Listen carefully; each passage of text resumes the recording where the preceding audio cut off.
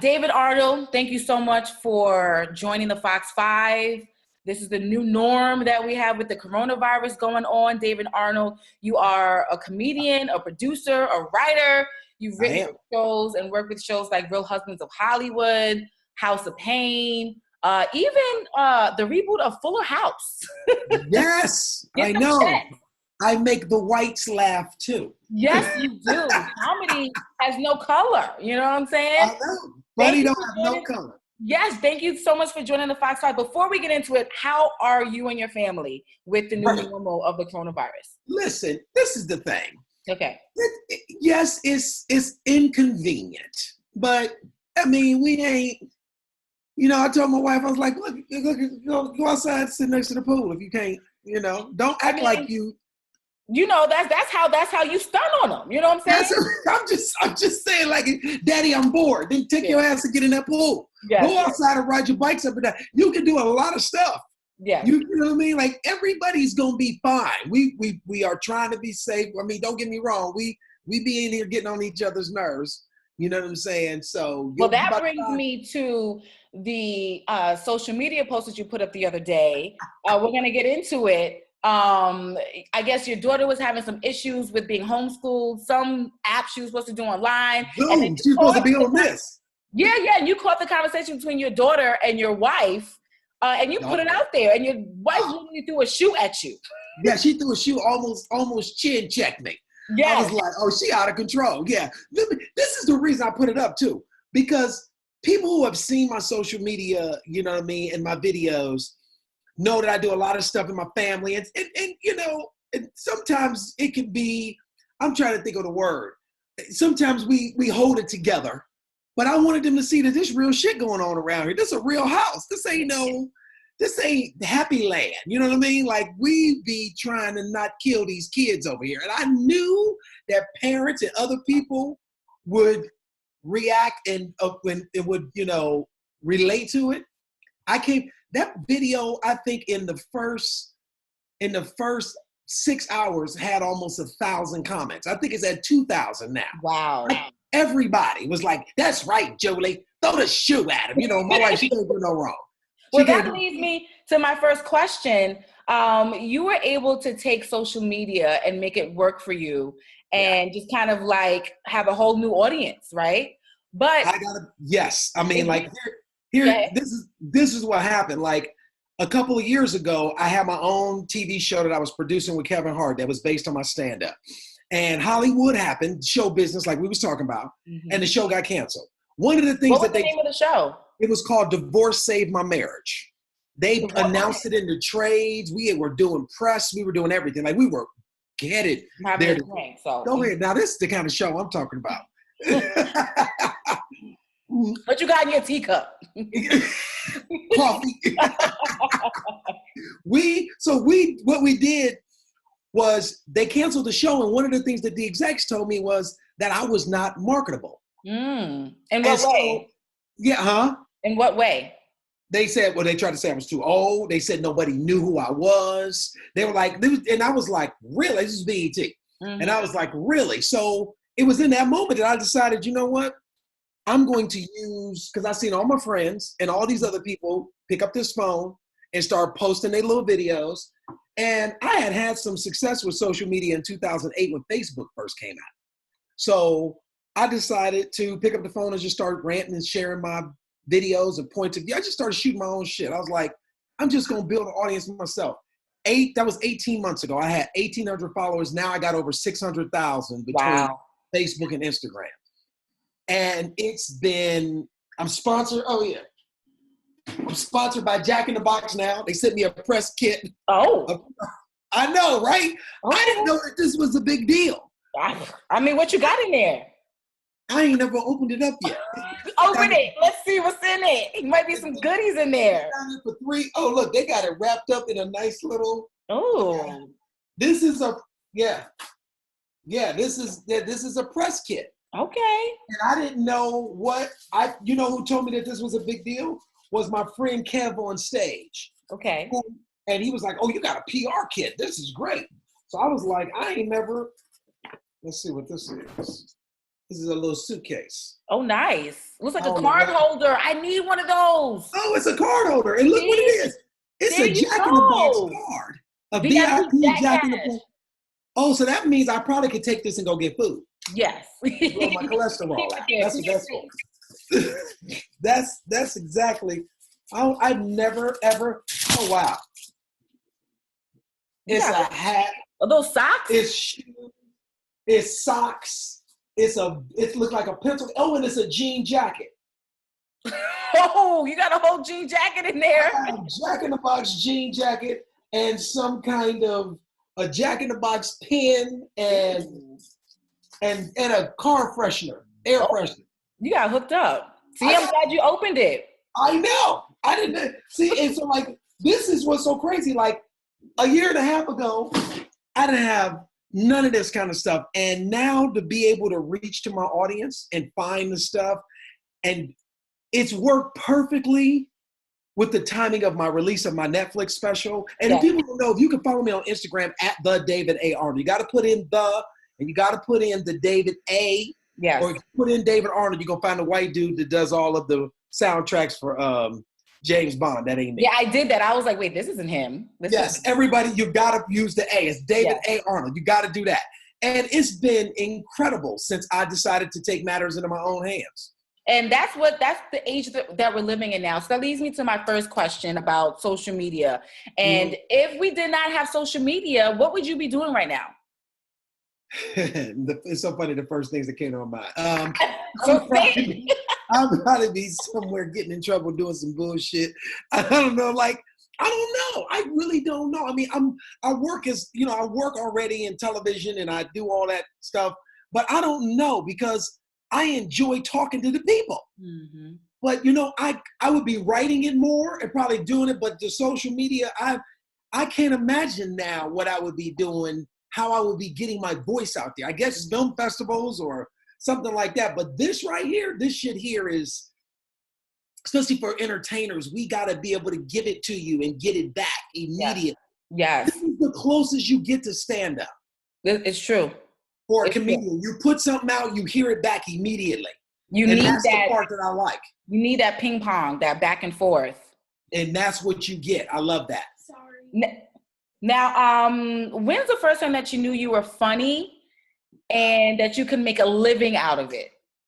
First time I knew I was funny was probably, I think I was in school. I was never the class clown because I was never trying to be funny. I was just being who I was. And people was always laughing. I'm like, what y'all laughing at? Mm-hmm. So I've always known I was funny. I didn't know I could make a living doing it until. That's the key. Yes, that was different. When I got out the military and I decided what part of the military were you in? I was in the Navy. I was a medic in the Navy, and then I got my credentials and became a nurse. Wow. So you equipped. Oh yeah, I can save your life if I need to. Yeah. Oh yeah, we good over here. Okay. Everybody, I got all the masks and all the. Oh yeah, I told my wife I'm getting gas masks and oxygen tanks the next time. For real, we may need to step up our game and do that, like on a serious note. Especially with this dumbass in office, you don't never know what's gonna happen. So you got to be ready for everything. But that's when it was then that I was like, I started doing stand-up about 24 years ago, and I was like, I think I can make a little money doing this. And I just decided, I think I wanted to just tell jokes. I don't think I thought about the money. I think I just wanted to tell jokes. I wanted to be funny. I wanted to make people laugh. And so I was like, fuck it, I'm about to, because I wasn't going to keep no job. I've been fired from all my jobs. When I tell you fired from every job, I ain't like never. What's the job that you were happy to get fired from? Oh shit, I was working for this telemarketing company one time. And I wasn't even on the phones. I was just signing people in and signing. I was like, this ain't it. This just one of them people that stop you in the mall. Hey, you mind if we do a little survey with you? The way that people talk to you so bad. Get your ass out of here. I'm like, this ain't for me. Like this, none of them jobs was what I didn't give a shit about doing nothing but making people laugh. Like literally, before I even became a comedian, I was like, I think I want to do something where people be laughing, like something better than this ain't it. I just knew it wasn't it. Yeah. So I never cared about nothing. So even when I started doing stand-up, I was just happy that I remember I drove one of my first paid gigs, I drove from San Diego to Kalispell, Montana, which is a 17-hour drive. Wow, I've never even heard of that. Me neither. And I don't think nobody else, the people who live there don't know the name of the city they live in. Okay. It's so off the goddamn map. And I drove 17 hours to do 3 shows for $85 a show. Wow. Excited to get gas money to go up there and tell jokes in a bar. Mm. So it never was about the money. It was always about like, oh my God, I'm about to be I think I'm gonna be a comedian. I got $50 tonight. Like that was, I remember I walked into my first hotel room. When I got my first hotel room, it probably was like a Red Roof Inn. I swear to God. I made it. Do you understand? Yeah. When I walked in that bitch and they had a king size bed in there, I was like, I'm on my way. I was so excited. I walked in, I took a picture of the room and sent it to my mama. Or somehow I took a picture, or I told her about it because you couldn't take pictures on the phone. Yeah. But I was like, Mom, I got a room. It's got a king size bed. And she's like, just focus on not getting your ass booed tonight. How about you do that? But I was so excited to just be telling jokes. I never even thought about the money. Well, that leads me to my next question. When's the first time you got booed, and what did you do to recover from it? Cocaine. No, I'm kidding. The first time. You're back on the bandwagon. The first time. I love how you say the first. Like, we know you've been booed many times. But why don't you tell us about it? Every comedian has got to have that night where you just off. Every performer, I can tell you this. You're right. And I was just doing another podcast earlier today, and they asked me the same question. And I told them this is what it was. I was in San Diego. I've been doing stand-up about maybe a year and a half, 2 years. And it was this place called 4th and B, which is in San Diego. It was a theater, like 3,500 people. They did a show every week, and every week it was sold out, right? So I went to go see my boy who was performing that week. His name was Carl Banks. He was on the show. I was on the show the next week. So I went to the show to watch him just to see what the vibe was like, what I would be dealing with next week. The host, I think it was Hope Flood. She asked me, you want to go out and do a little guest set since you here? I was like, yeah, cool. I go out and do a guest set. Mm-hmm. 2 minutes in, I wasn't paying attention. Wasn't paying attention to the audience, the vibe. I started doing some shit about going to church with my grandmother. When I tell you, they started to, like, they was on their way to I don't know if you've been booed by 3,500 people, but the wind from the boos blow your ass off stage. I just walked off. And I went back. You didn't even try to retaliate, nothing. Well, let me tell you, what happened was I walked off. The host was like, what are you doing? I was like, they booing me. I said, I'm not going to be booed. I told my boy I wasn't going to do the show next week. And he was like, why are you not going to do the show? I said, because they just booed me. I'm not going to be booed, right? He was like, you got to do the show next week because you're going to see this audience again. Yep. You want to be a comedian, can't no audience turn you around. I left that night. That night, they pass out flyers as you leave for the comedian for next week. I'm on the flyer.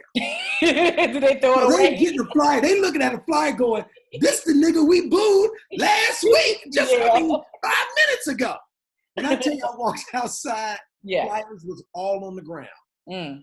My footprints on my face. I sat in my car for 2.5 hours. I was like, I never experienced that like that. I rewrote, I went out every night that week. I went back next week and I murdered. Mm. And it was in that moment that I realized this shit gonna happen. You got it. This is where you know whether you're a comedian or whether you're not. Yeah. And it was in that moment that I had to overcome my fear and I had to, buck up and get my shit together and go out there. And now when you've been through that, you can deal with anything. And now those same people are probably watching your Netflix special, Fat Ballerina, looking like, oh, we booed him. Now look at him. Oh, good for him. Look at him. Look David. If they remember that boo from 15 years ago, I hope they do. I hope they do remember that. I mean, if you boo somebody, like just like the Apollo, you remember you be like, oh, I booed this person. Like if you make it there, you remember that who you is booed. so hilarious. That's probably true. And now It's you true. know what? I'm sure they are, and I'm glad that they'll get a chance to see that they didn't boo me out the business. I hung in there, and I'm still going. And we just started. I'm very excited about it. Yeah, so it was, correct me if I'm wrong, but Kevin Hart produced the Netflix special, correct? Mm-hmm. So how did you and Kevin Hart hook up? Kev and I have been friends for about 15 years, long before Kev was Kev. And, just comedians. I feel like comedians gravitate towards each other that are like-minded. You know what I mean? He was one of them dudes that could write a joke. And I think he saw me as one of them dudes who could write a joke. We just became friends. I wrote Real Husbands of Hollywood for him over on B. I love that show. I missed it, actually. Yeah, my best friend, Chris Spencer, is the guy who created that show. And I worked over there. So me and Kevin have been friends, and we've been trying to find something to work together with. Like I said, we had a TV show that we sold and developed together a few years back. And then I said, Kevin, I wanted to shoot this special. And he EP'd it. The whole project was done independently. I did it myself. You know what I mean? I hired the film crew. I edited it. I was involved in every aspect of that project.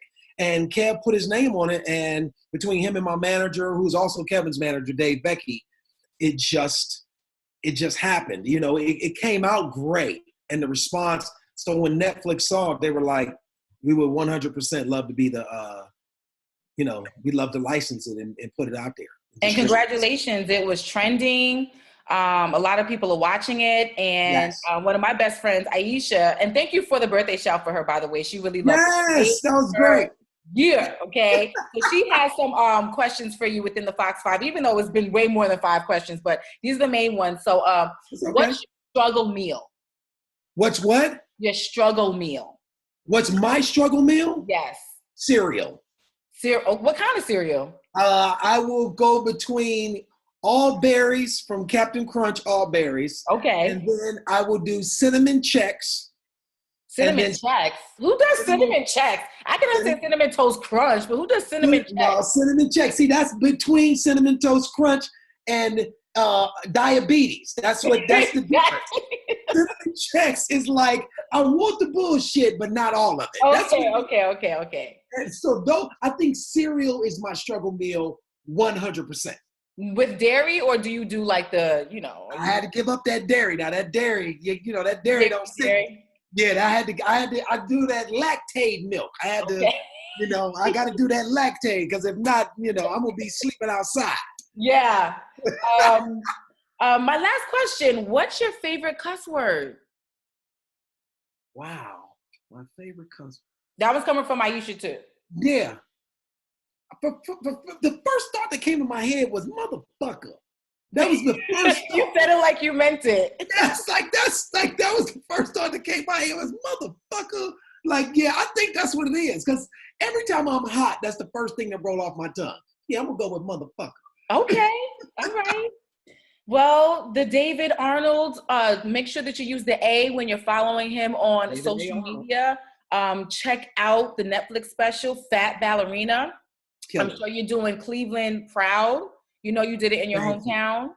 That must have been an experience going back there when your special. What was that like? That was great. It was hard because everybody wants to come. We did it in a comedy club, which only held 400 seats. So we had to. We did 2 shows. We turned away. Who mad at you? Who mad at you, David? Who's mad at you? Everybody. Everybody that didn't get in is hot. When I tell you, we turned away 800 people. We could have done that show, filled that room 2 more times. I was like, maybe I should have done it at the theater, but I didn't want to. I wanted that small, intimate feel.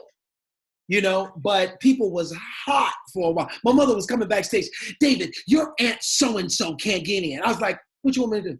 It's packed. What you want me to do? That's the only thing about doing it in Cleveland. I will never do another show in my hometown again because there's too much extra shit going on. Well, maybe you just got to get a bigger venue. The next one, yes.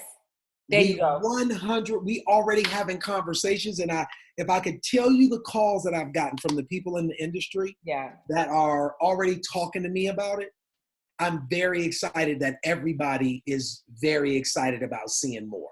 That makes me feel good. Well, good. Any movies, anything else that we should know about or keep an eye out besides the new comedy special that you're working on as we speak? I'm developing a television show, a non-scripted show with a company called Boone and Murray, which they do the Kardashians. They're doing something with me and my wife and the girls. So we're developing that.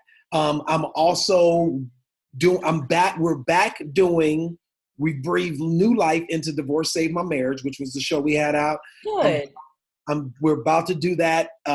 Me and my boy Devon Shepard and Kevin Hart, we're about to bring that back to life. And we're working on that right now. So I'm pretty excited about people seeing that because it's fire. It's a pretty interesting title, so I want to see what that entails, you know? Well, when you see my special, if you see the joke that I do in the middle about how me and my wife work together to get a divorce, that's what the show is based on. It immediately, like I said, we sold it to 4 different networks.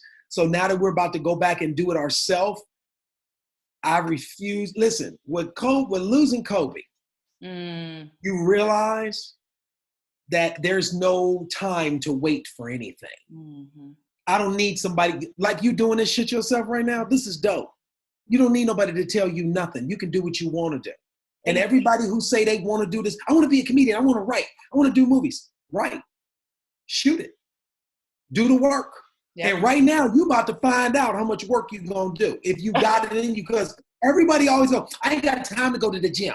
I just ain't got time. I ain't got time to, you ain't doing shit right now. If you come out of this quarantine fat, it's because you want to be fat.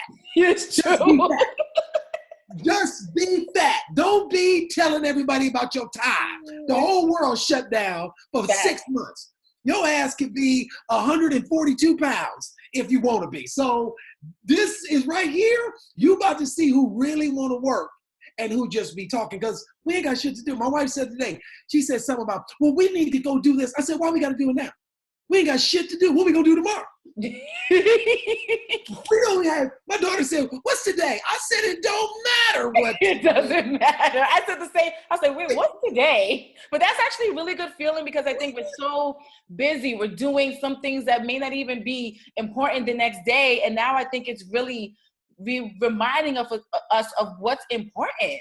And what's the basics? The back to the basics, you know? Right. Who you talking to on the phone? Who's worthy of your time? Who you don't got time for? Who's checking up on you? And all the people that ain't returning your text, they really don't fuck with you. Exactly. Now you know.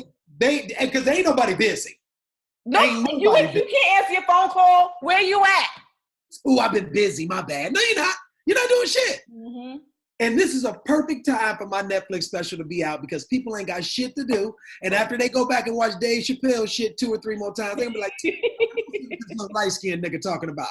And they go put it on, and they going to realize I'm about that goddamn life. You understand? Well, I'm going to put it on and watch it again and again and again, as you guys should watching right now, Fat Ballerina. I really love to see good people succeed, and you're one of those people. So I appreciate you. We'll be talking again soon, too. Let's do it. Oh, okay. Anytime. Thank you, David. You're welcome, babe. Thank you so much. Bye-bye. I'm going to start recording.